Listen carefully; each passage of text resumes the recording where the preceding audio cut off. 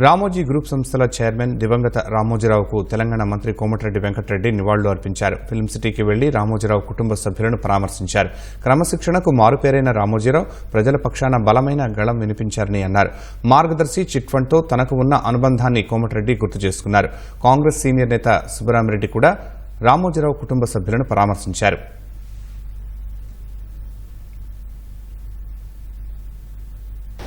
నేను 6 సార్లు ఎమ్మెల్యేగా ఎంపీగా 30 ఇయర్స్కి వెళ్ళి పాలిటిక్స్లో ఉన్నాను.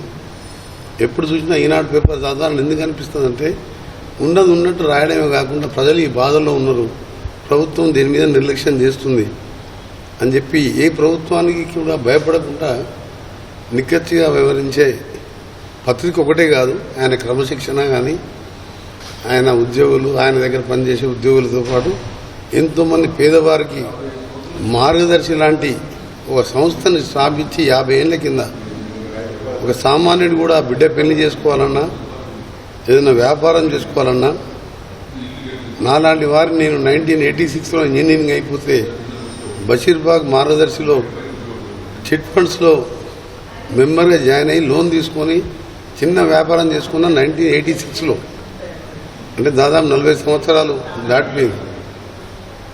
అలాంటి రామోజీరావు గారు మన తెలుగు జాతికే మర్చిపోలేని వ్యక్తి. ఆయన ఈనాడు సిబ్బందికి వారికి ఎంతోమంది సిబ్బంది ఉన్నారు, వాళ్ళందరూ కూడా ఆయన నేర్పిన బాటలో నడవాలని కోరుకుంటూ వారి ఆత్మశాంతి కలగాలని భగవంతుని ప్రార్థిస్తున్నాను.